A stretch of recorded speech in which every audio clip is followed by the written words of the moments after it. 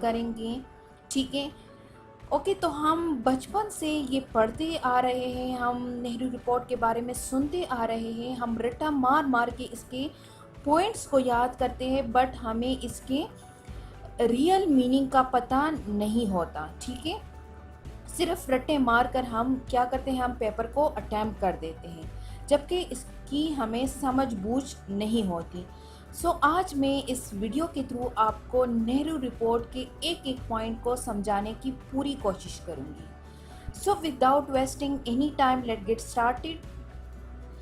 Well, तो Nehru report जो था, it was a memorandum which was presented by Motilal Nehru. ठीक है, इसको मोतीलाल नेहरू ने प्रेजेंट किया हुआ था, किसके सामने, ब्रिटिश के सामने।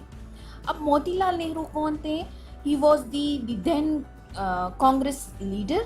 ठीक है, जिन्होंने ये मेमोरेंडम, ये पॉइंट्स या जो रिपोर्ट जिसको हम कहते हैं, उसको प्रेजेंट किया हुआ था। ठीक है, अब यहाँ पे एक और क्वेश्चन पैदा होता है कि इस रिपोर्ट का मकसद क्या था।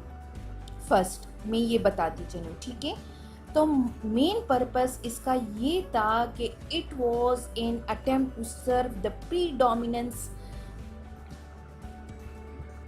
Over the Muslims of India. ठीक है, ओके। तो मज़ीद टॉपिक को एक्सप्लेन करने से पहले अगर हम थोड़ा सा बैकग्राउंड में जाए कि क्यों इस रिपोर्ट को पेश किया गया। ठीक है, तो लास्ट लेक्चर में हमने साइमन कमीशन को डिस्कस किया हुआ था। ठीक है, अगर किसी ने वो वीडियो, वो लेक्चर नहीं देखा तो पहले जाके उसको देखे, मैं डिस्क्रिप्शन बॉक्स में इसकी लिंक डाल दूँगी। ठीक है, सो साइमन कमीशन जब इंडिया आया और इंडियन पीपल ने उसको बहुत क्रिटिसाइज़ किया और इनकी जो रिपोर्ट थी उसको रिजेक्ट किया गया, तो क्या हुआ कि उस टाइम जो the then secretary of state for India थे, लॉर्ड ब्रिकनहेड। ठीक है, उन्होंने क्या किया, उन्होंने इंडियन लीडर्स को चैलेंज किया। चैलेंज इस वजह से किया, उन्होंने बताया कि आए दिन हम इंडियन पीपल के लिए कॉन्स्टिट्यूशनल रिफॉर्म्स लाते हैं, और बट आप क्या करते हैं, आप इसको हमेशा क्रिटिसाइज़ कर देते हैं, आप उसको रिजेक्ट कर देते हैं। तो अगर आप में इतनी कॉम्पिटेंसी है तो आप खुद एक ऐसा एग्रीड कॉन्स्टिट्यूशन लाए इंडिया के लिए जो कि विदाउट एनी क्रिटिसिज्म हो। ठीक है, तो क्या करते हैं, ये रिपोर्ट जो था नेहरू रिपोर्ट, ये एक्चुअली तो उस टाइम जो secretary of state for India थे लॉर्ड ब्रिकनहेड, उन्होंने जो चैलेंज दी थी, तो ये उसका एक रिस्पॉन्स था, एक जवाब था। ठीक है, तो नेक्स्ट क्या होता है कि जो चैलेंज लॉर्ड ब्रिकनहेड देते हैं तो उसको एक्सेप्ट किया जाता है और ऑल पार्टी कॉन्फ्रेंस बुलाई जाती है। सो इस हवाले से जो फर्स्ट मजलिस या कन्वेंशन होती है वो दिल्ली में मुनक्किद होती है मार्च 1928 में, जबकि दूसरा कन्वेंशन 19 मई 1928 को बम्बई में हेल्ड होता है। बट क्या होता है कि मुस्लिम जो रिप्रेजेंटेटिव होते हैं वो उसको रिजेक्ट करते हैं, बट रिजेक्शन के बावजूद क्या होता है कि एक कमेटी इस हवाले से अपॉइंट की जाती है। तो इस कमेटी में कौन कौन से मेंबर्स शामिल थे, तो वो ज़रा देखते हैं।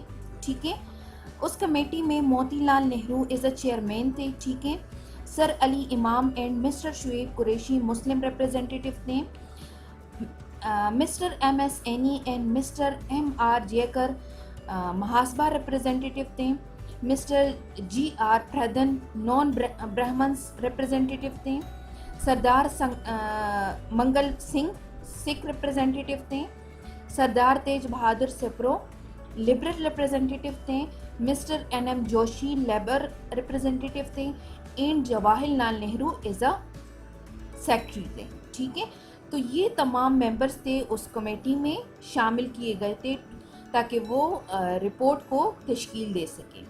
Now this slide is very much important, so ये वो मेन हिस्सा है इस लेक्चर का जिसको समझने की कोशिश करें। ठीक है, so this is the picture of Motilal Nehru. अब आते हैं वन बाय वन, हम नेहरू रिपोर्ट के एक एक पॉइंट को समझने की कोशिश करते हैं। ठीक है, फर्स्ट पॉइंट था फॉर्म ऑफ गवर्नमेंट के हवाले से कि गवर्नमेंट कैसे होगी।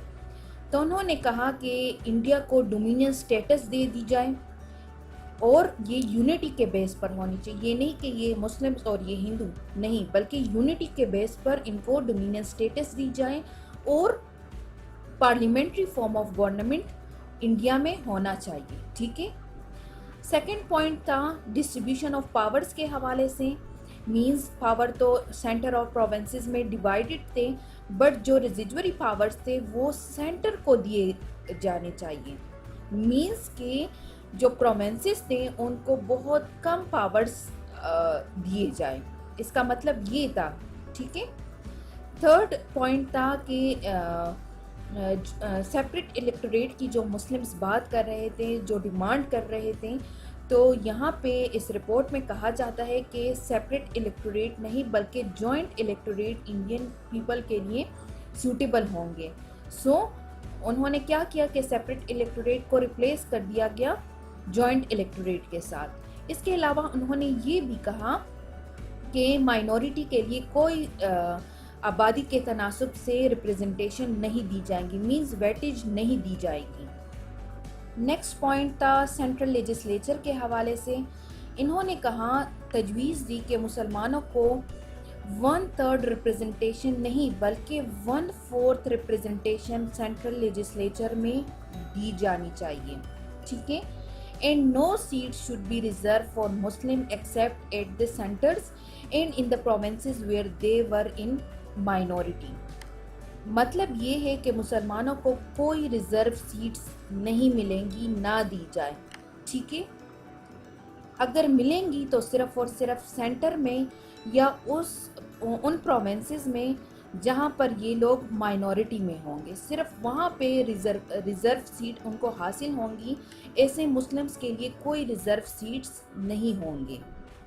इसके अलावा रिफॉर्म्स, दूसरे प्रोविंसेस में अगर हम रिफॉर्म्स की बात करें तो उस हवाले से इस रिपोर्ट में कहा गया कि NWFP को हम फुल प्रोविंशियल स्टेटस दे देंगे and Sindh should be taken away from Bombay and made a separate province. अगर आपको याद हो तो जो दिल्ली मुस्लिम प्रपोजल्स थे तो उसमें भी क्या किया था, कायद आज़म ने यही डिमांड उनके सामने रख दी थी। तो मतलब ये है कि ये वाला जो डिमांड था मुस्लिम्स का वो यहाँ पर ये लोग मान लेते हैं। ठीक है। इसके अलावा ऑफिशियल लैंग्वेज के हवाले से इन्होंने कहा कि हिंदी को ऑफिशियल लैंग्वेज ऑफ इंडिया होना चाहिए। सो ये थे वो तमाम पॉइंट्स नेहरू रिपोर्ट के। ठीक है।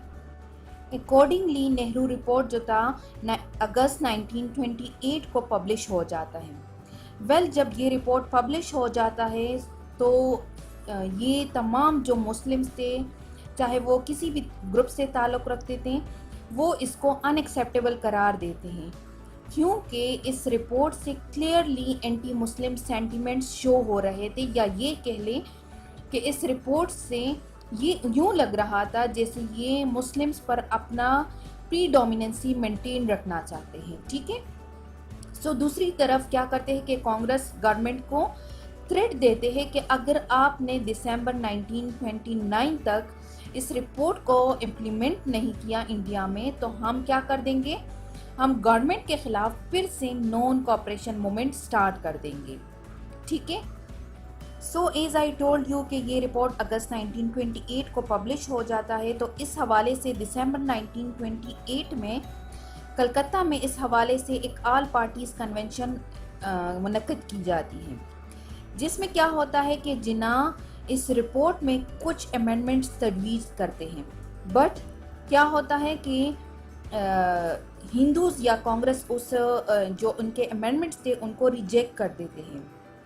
अब कायद आज़म के अमेंडमेंट्स ऐसे थे कि उनको एड नहीं बल्कि इस रिपोर्ट में रिप्लेस हो किए जा सकते थे, बट इन्होंने ऐसा नहीं किया। और ये भी कहा जाता है कि अगर ये लोग इन अमेंडमेंट्स को मान लेते, एक्सेप्ट कर देते, तो इससे हिंदू और मुस्लिम के दरमियान जो गल्फ बनी हुई थी वो ख़त्म हो सकती थी, बट इस तरह नहीं हुआ। क्या हुआ कि हिंदूज़ ने क्या किया, उनके अमेंडमेंट्स को रिजेक्ट कर दिए। सो दूसरी तरफ मुस्लिम्स ने भी रिपोर्ट को क्या किया, रिजेक्ट कर दिया। So this was all about the Nehru report. Next video में मैं आपको समझाने की कोशिश करूँगी कि जिना के वो प्रपोज अमेंडमेंट्स कौन कौन से थे, ठीक है। मीन्स के हम नेक्स्ट वीडियो में कायदे आज़म के 14 पॉइंट्स को डिस्कस करेंगे। So hope you guys will understand this, and if you like my video, do subscribe my channel and hit the bell icon